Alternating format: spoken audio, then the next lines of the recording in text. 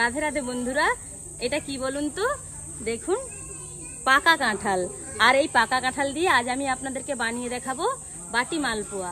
তাহলে চলুন, প্রথমে কাঁঠালটাকে আমি কেটে নিচ্ছি। পাকা কাঁঠাল একটু নরম হয়ে গেলে তো খেতে ভালো লাগে না, তাই এ দিয়ে যদি আমরা মালপোয়া বানিয়ে খাই দারুণ খেতে লাগে। তাহলে আমি কাঁঠালটাকে এখন কেটে নিচ্ছি।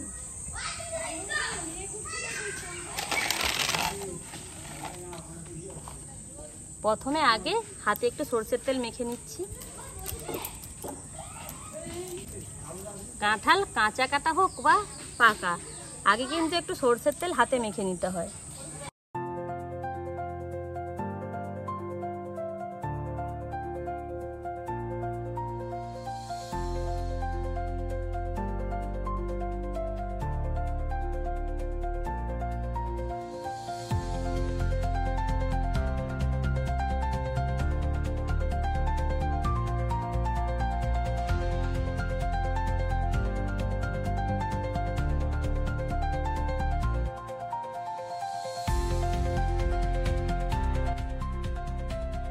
কাঁঠালটা আমি ছাড়িয়ে নিয়েছি। এবার যতটা পরিমাণ আমার মালপোয়ার জন্য কাঁঠাল প্রয়োজন ততটা নিয়ে নিয়েছি। এবার সব কাঁঠালগুলো থেকে বিচেগুলো বাদ দিয়ে দেব।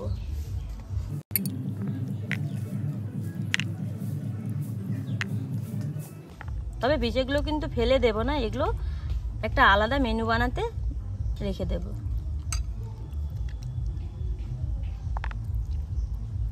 সবকটা কাঁঠালের বীজগুলো ফেলে দিয়েছি।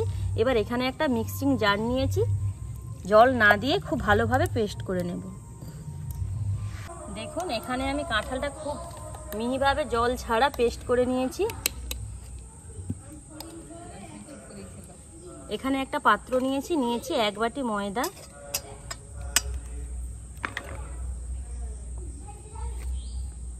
হাফ বাটি সুজি, কাঁঠালের মিষ্টির ভাব বুঝে চিনিটা দিতে হবে। কাঁঠালটা যেহেতু মিষ্টি রয়েছে তাই এখানে আমি নিচ্ছি হাফ বাটি চিনি।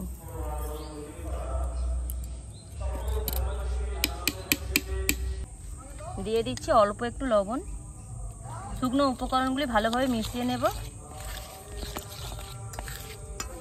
কাঁঠালের পেস্টটা দিয়ে খুব ভালো একটা ব্যাটার বানিয়ে নেব।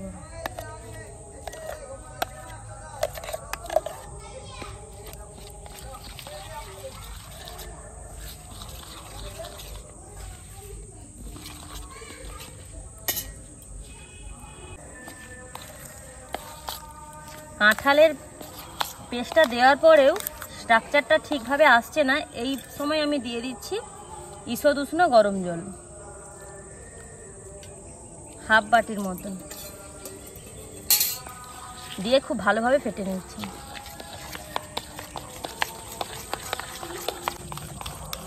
হাতে অনেকটা সময় নিয়ে ভালোভাবে ফেটে নিয়েছি। এই সময় দিয়ে দেব অল্প একটু এলাচের গুঁড়ো, ভালো সেন্ট আসার জন্য।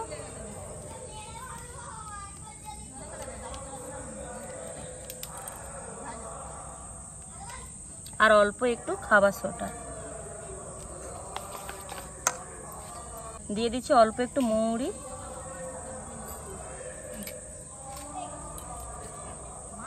ভালো সেন্ট আসার জন্য দিয়ে দিচ্ছি অল্প একটু ঘি, হাফ চামচের মতন। এবার সব উপকরণগুলি খুব ভালোভাবে মিশিয়ে নেব।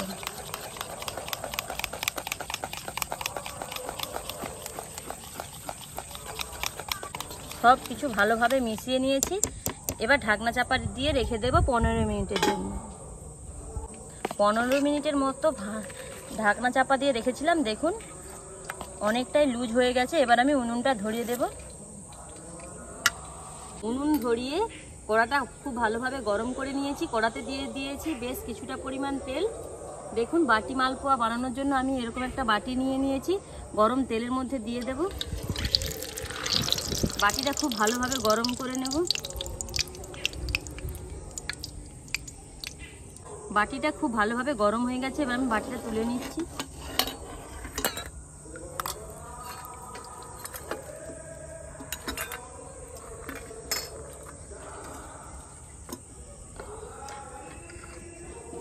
যে ব্যাটারটা করে রেখেছিলাম সেই ব্যাটারটা অল্প একটু দিয়ে দেব।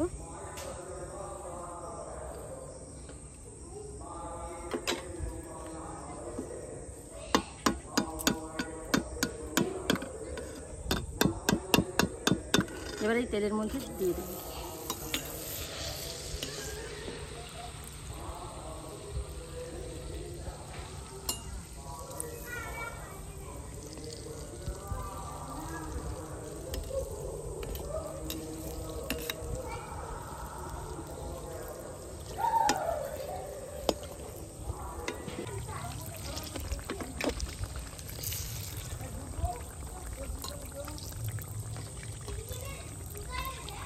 দেখুন বাটিটা যদি খুব ভালোভাবে গরম করা হয় তাহলে কিন্তু নিজে থেকেই মালপোয়াগুলো ভেসে আসবে। বাটিটা এক সাইডে ছড়িয়ে দেবেন আর মালপোয়াটাকে এক পাশে উল্টে দিতে হবে।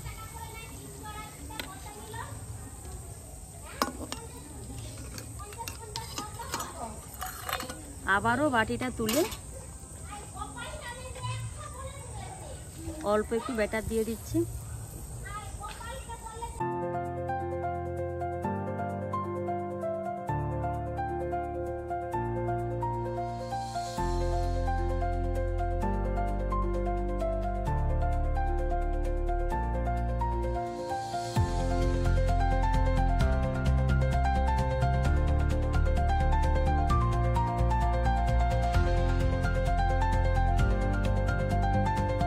দেখুন বন্ধুরা, প্রত্যেকটা মালপোয়া কিন্তু আমার খুব ভালোভাবে গোল গোল করে ফুলেছে। এই রকম বাটি দিয়ে আপনারা মালপোয়া বানাবেন। যারা মালপোয়া বানাতে পারেন না তাদের সুন্দর একটা শেপ আসবে। সবকটা মালপোয়া কিন্তু আমার ভাজা হয়ে গেছে, এবার আমি তুলে নিচ্ছি। হালকা আঁচে ভাজবেন, তাহলে ভিতর পর্যন্ত খুব সুন্দর হবে ভাজা। দেখুন বন্ধুরা, আমার মালপোয়াগুলো খুব সুন্দরভাবে রেডি হয়ে গেছে আর প্রত্যেকটা মালপোয়া খুব সুন্দরভাবে ভাজা হয়েছে।